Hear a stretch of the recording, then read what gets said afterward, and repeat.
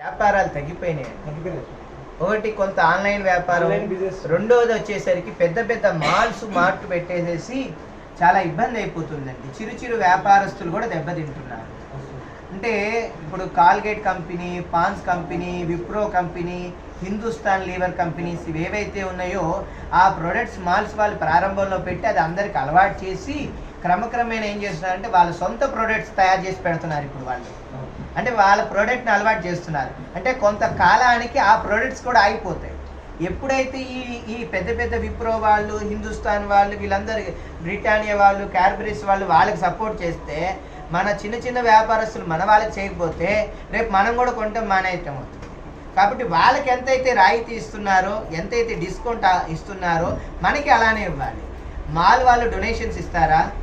ఇవ్వరు. అవునా? Carry bag కూడా డబ్బులు తీసుకుంటారు. మన చిల్లర కొట్టే శెట్టి గారిని అడిగితే ఇస్తారు. వినాయకుడిని పెట్టా అంటే డబ్బులు ఇస్తారు. అన్నదానం చేస్తుంటే ఇస్తారు చందా.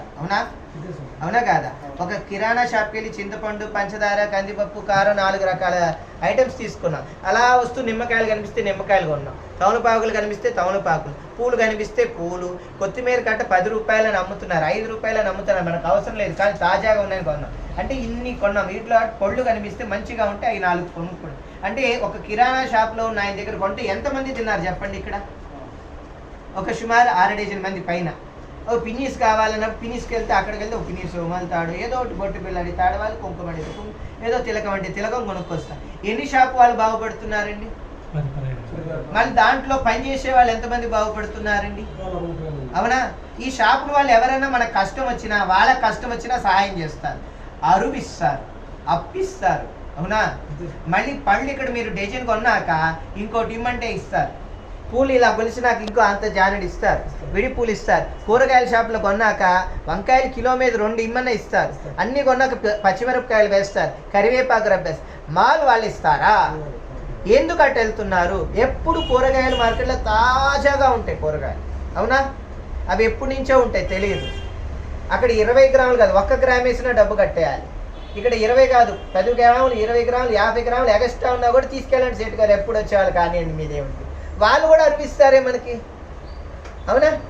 ఈ మధ్యలో దాహంగా ఉంటే అంత మజ్జిగో ఏదో సోడానో ఏదో సుగంధో తాగుతారు. వాళ్ళు బతుకుతున్నారుగా.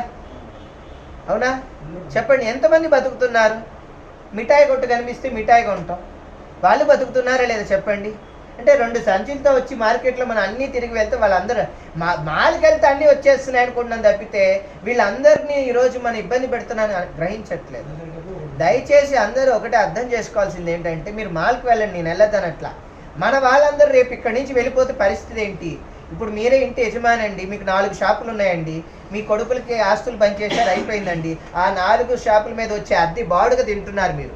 ఈ షాపులు వాళ్ళు ఖాళీ చేస్తే రేపు మీరు ఏం తింటారు చెప్పండి? అవునా? ఇలా ఎన్ని షాప్స్ ఖాళీ అయిపోతే రేపు చివరికి, నేను అన్నాను కాదు, బ్రిటిష్ పరిపాలన ఎలా అయితే వచ్చి చేసిందో వీళ్ళ పరిపాలన వచ్చేస్తుందండి. సూపర్.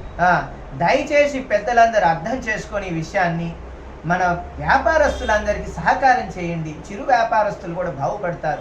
మన షాపుల్లోనే కొనడానికి అలవాటు అవ్వండి. నేను ఒక వైశ్యుడు అని చెప్పట్లే, అన్ని వర్ణస్తులు వ్యాపారం చేసేవాళ్ళే, అన్ని వర్ణస్తులు, అన్ని. అక్కడ ఈ లోపల పకోడీ చెకోడీ అమ్మితే అది కూడా కొంటారు. అవునా? వాళ్ళు బతుకుతున్నారుగా. ఇప్పుడు అక్కడికి వెళ్తే ఏమి ఆవు పీడలు కూడా అమ్ముతుంటే అక్కడ ఏంటండి? రేపు కొన్నాళ్ళు అయితే బంగారం కూడా అమ్మేస్తారు, బట్టలు అమ్మేస్తున్నారు, ఎలక్ట్రిక్ సామాన్లు అమ్మేస్తున్నారు, శానిటరీ సామాన్లు, మేపులు కూడా అమ్మేసే రోజులు వచ్చేస్తాయి రేపు. వీళ్ళందరూ ఏమైపోతారు?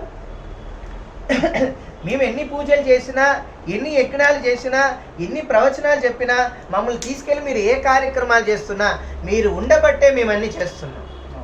మీరు అవన్నీ చేయకపోతే మేమేం చేయగలుగుతాం చెప్పండి? మేము ధ్యానం చేసుకుంటాం, జపం చేసుకోవడం మా వరకు. అందరికీ పంచగలమా? పంచలేము.